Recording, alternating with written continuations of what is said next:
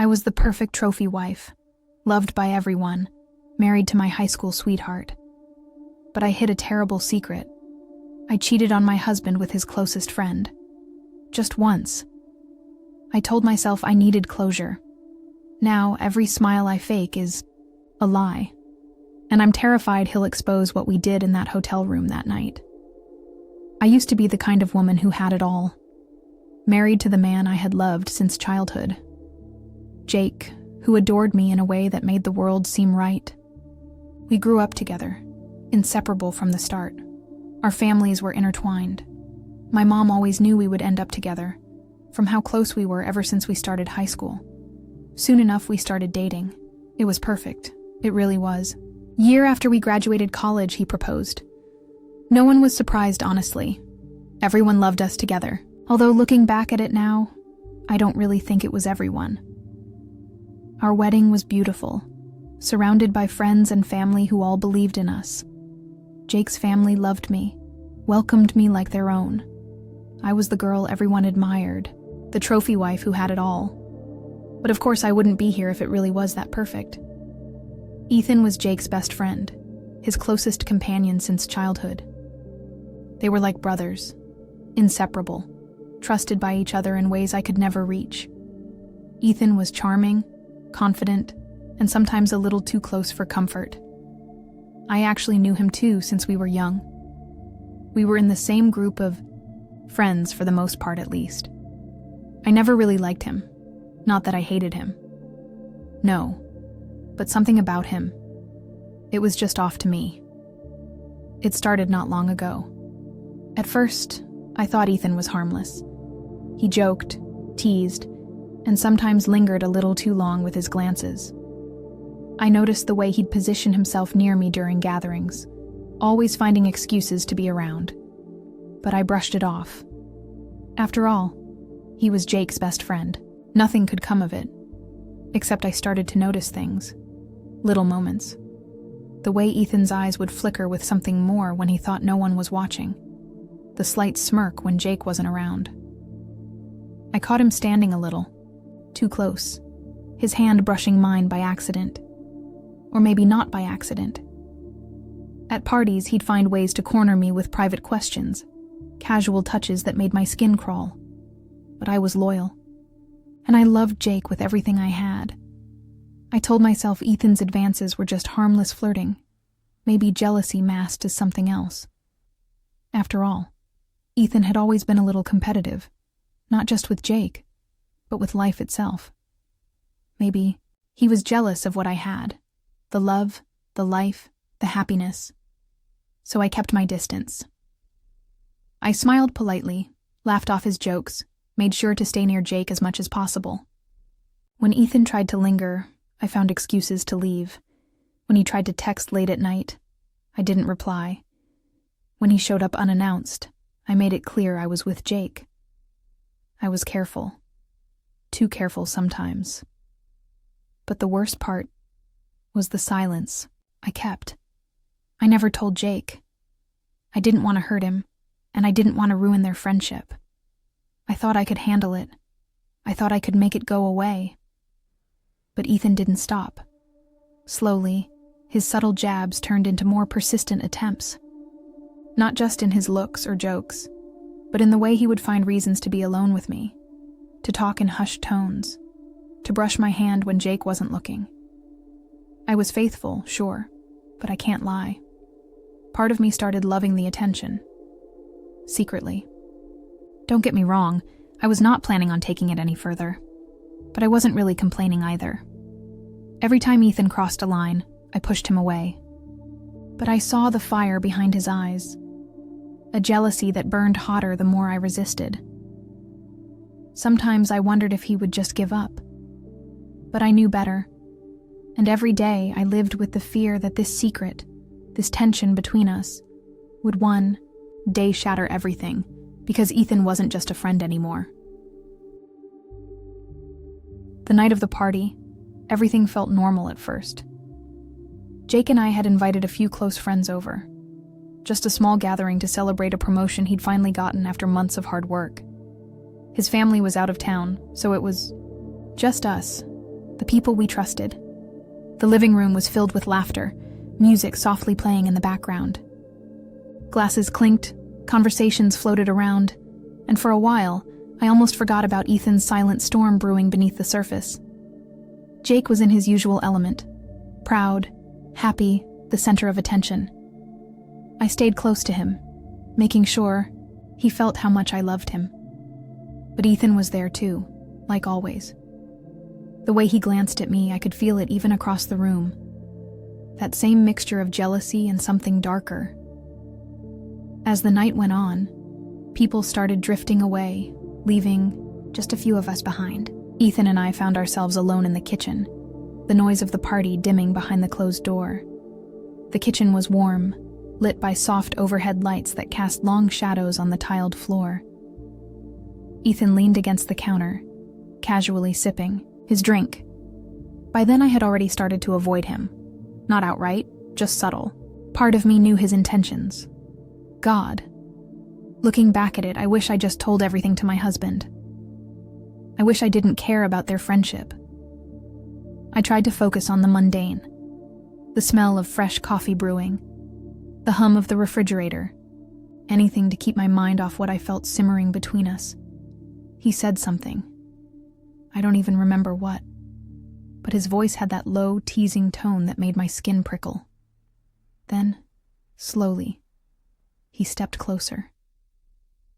I can tell you're avoiding me, you know, he said, with the same tone. I froze in place. What are you talking about? Before I could pull away, his hand brushed my arm. A spark. I looked up at him. His eyes locked onto mine. Intense. Searching. Whatever words I was planning on saying caught up in my throat. All from that look. I don't know how long that went on for. The room felt awfully quiet. His eyes fell to my lips from my eyes. I knew what was coming. I could have pulled away. I didn't. And then, without warning, he kissed me. You know what's worse? I actually kissed him back. It wasn't rough or angry. It was slow, deliberate. His lips pressed softly against mine, almost testing, almost daring me to resist. I froze, the world around me fading away except for that moment. I wanted to stop, myself. But my body betrayed me. I didn't pull away. The kiss deepened for a second before I broke free, heart pounding like I'd run a marathon. I looked at him, hate and confusion swirling inside me. I hated myself for not stopping it, for letting it happen even for a second. When I left the kitchen, the air felt heavier, thicker. I wanted to disappear. He never followed, never said a word as I left. I wanted to undo what just happened. I kept telling myself I never kissed him back, that it was all him. But I knew deep down that wasn't the case. Not at all. The damage was done. I told myself it would never happen again. That was the only promise I could make to myself, and to Jake. But that night marked the beginning of a secret I'd carry forever. After that night, I avoided being alone with Ethan. I hoped it would stop there. I told myself it was a mistake. One brief, shameful moment that I could bury under the weight of everything good I still had with Jake. But Ethan didn't let it die. He didn't even try. Instead, he became bolder, not in ways that could be seen easily, but in moments only I could catch. He learned how to press against the boundaries without making noise. At dinners, he'd catch my eye from across the table, raise a brow when Jake spoke about our relationship like it was flawless. When he greeted me hello or said goodbye, his hand would linger just a second longer on the small of my back. Once, while Jake was grilling in the backyard, Ethan walked by me in the kitchen, leaned in so close I felt his breath on my ear and said, "Still thinking about it? Because I haven't stopped." Another time, while Jake and I were curled up on the couch watching a movie with friends, Ethan sat across from us and casually texted me, "Ethan, you don't look at him like you used to." Not since that night. I notice. I didn't reply. I never did. But I didn't block him either. That silence. It was its own kind of permission. When he came over, he found excuses to walk behind me, to whisper things no one else could hear. You're not as good at hiding it as you think you know. I could make you happy, you know. Each time, I pretended not to hear. But every word stayed with me long after he'd left. I told myself I was in control, that I'd never let it happen again. But the truth is, I had already given something away the moment I didn't confess. The moment I stayed silent to protect the image of my marriage instead of its reality. One Thursday afternoon, while Jake was at work, Ethan messaged me again. Ethan, one night, no games, no pressure, just us. Talk. Get this out of our system. I want closure. You owe it to me. I stared at the message for over an hour. I almost deleted it. I almost told Jake. I did none of that. I let the days pass, pretending like I didn't care, like it didn't faze me at all. But deep down, I knew what I was craving. And I made the worst decision of my life. That weekend, I told Jake I was heading out of town to visit my cousin for a couple of days. Girl stuff, I added, hoping the vagueness would soften the lie. He didn't ask many questions. He kissed my forehead that morning, handed me a coffee for the road, and said, "Text me when you get there, okay?" I didn't. I couldn't. The hotel Ethan had chosen was nothing extravagant, just off the highway, discreet, forgettable. Room 309. I had told myself it was for closure. I chanted it the whole drive. I needed to believe it was. I hesitated outside the door for a full minute. My hand hovered above the handle like touching it would seal my fate. But my cravings, they were far more than my desperation to save my marriage. When I finally walked in, Ethan was sitting on the edge of the bed, wearing a smug smile that faded the moment he saw my face. I don't know what expression I had, but it wasn't seduction, I'm sure. We talked at first. About nothing. About everything. About Jake. About how I felt hollow. About how Ethan had always felt second best. Second to Jake in sports, in school, in life. Then the confession came. How he wanted me first, before his friend ever did. How Ethan's in his way. It honestly wasn't a surprise to me at that point. You were the last piece, he said quietly. He had everything. And now, I have something he doesn't. It made me sick to hear it. But I think part of me, a sick part of me, loved that. Like I was a part of his game he was playing. At some point, he moved toward me. His hand brushed mine, slower this time, more careful. He didn't kiss me immediately. He waited until I leaned just a little too close. When he kissed me this time, it wasn't rushed. It was deliberate. A kind of soft hunger, like he'd been starving and finally had permission. His hand slipped under the back of my shirt, warm, against my skin. I melted into him. I don't remember when we moved to the bed. I just remember his breath against my shoulder, his hands in my hair, the way he looked at me like I was something stolen and sacred at once. I told myself it was just closure, but the way I kept saying his name over and over again like it was a chant, I didn't even know I had it in me. Halfway through, my phone started buzzing on the nightstand. Jake. His name flashed across the screen again and again. My stomach turned. I didn't answer. I turned it over, face down, like hiding it would hide what I was doing. I was too caught up with someone who wasn't my husband. I wasn't the wife he married, not for that one night. When it was over, Ethan rolled to his side, already drifting into sleep like he hadn't just detonated a bomb between two people who trusted him most. I could have left then too. I didn't. I clung on to him, shamelessly. When I finally woke up, my phone had a missed call and a text from Jake. "I know you fell asleep, love. Called to check in. Miss you already." It hit me all at once, at that moment. I sat on the edge of the bed, wrapped in a hotel blanket that felt too heavy, too warm. My heart pounded in my chest like it was trying to escape. I looked at Ethan, at the soft rise and fall of his chest, at the calm on his face, and I hated him. But more than that, I hated myself. I gathered my things slowly, careful not to make a sound. I didn't say goodbye. I didn't even leave a note. By the time Ethan woke up, I was already on the road back home, a ghost in the early morning light, driving in silence, trying to figure out how to put my skin back on. And I knew, even then, that no apology would ever be enough. Not to Jake, not to myself. I never told Jake, not the truth, not even a piece of it. As I slipped back into the house that morning, the guilt pressed so hard against my chest it was difficult to breathe. I expected silence.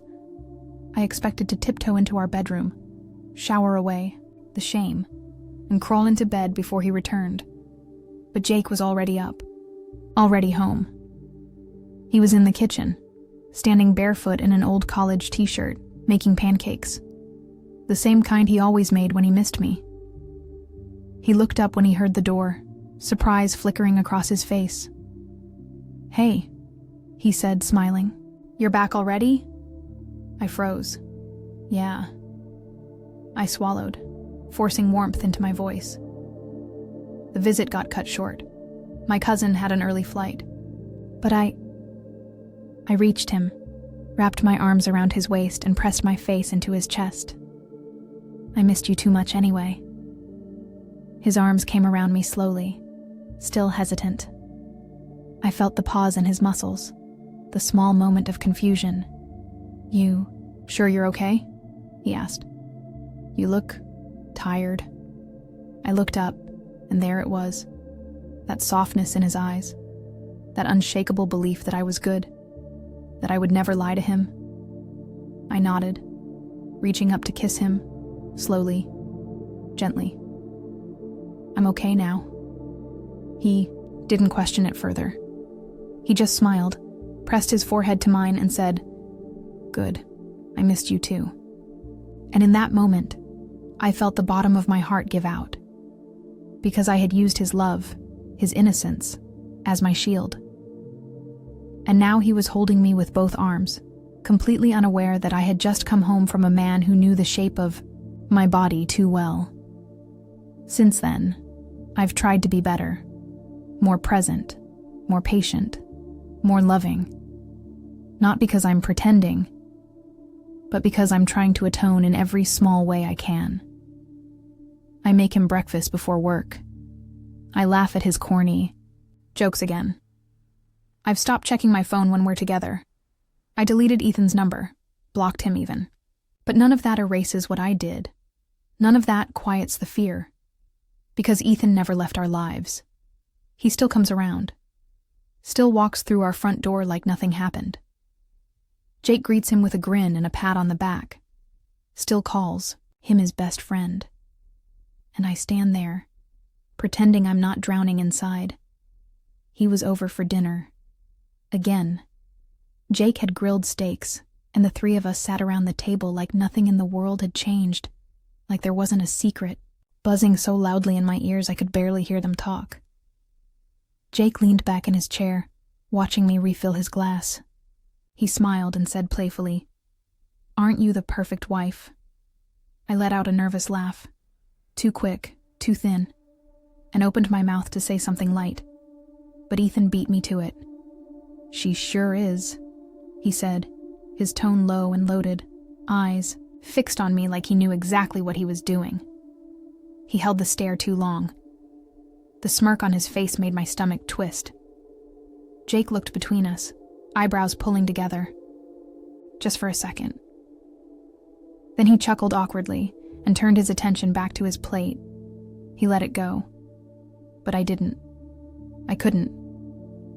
Because that look Ethan gave me, and the way Jake missed it by a breath, told me exactly how close I was to losing everything.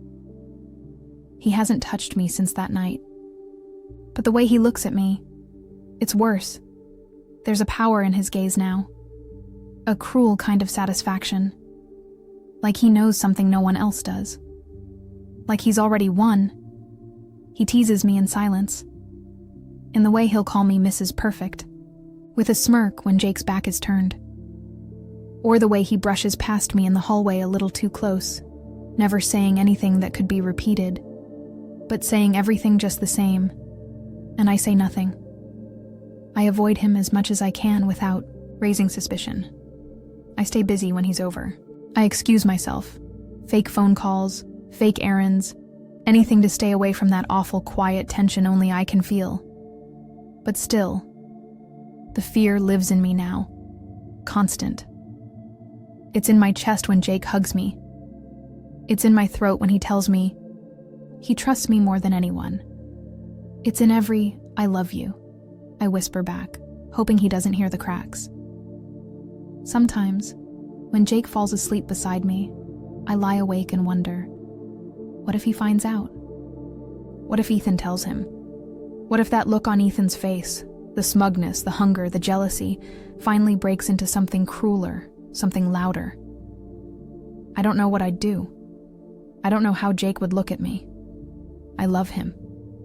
I love him in a way I didn't even know was possible until I realized how close I came to losing him. Even if he doesn't know it, I'm not the woman I was before. I don't flirt. I don't linger. I don't play innocent games. I just survive. One day at a time, praying this lie doesn't find its way into the light. Because if it does, I don't know if I'll lose my marriage, my life, or just whatever pieces of myself I haven't already destroyed.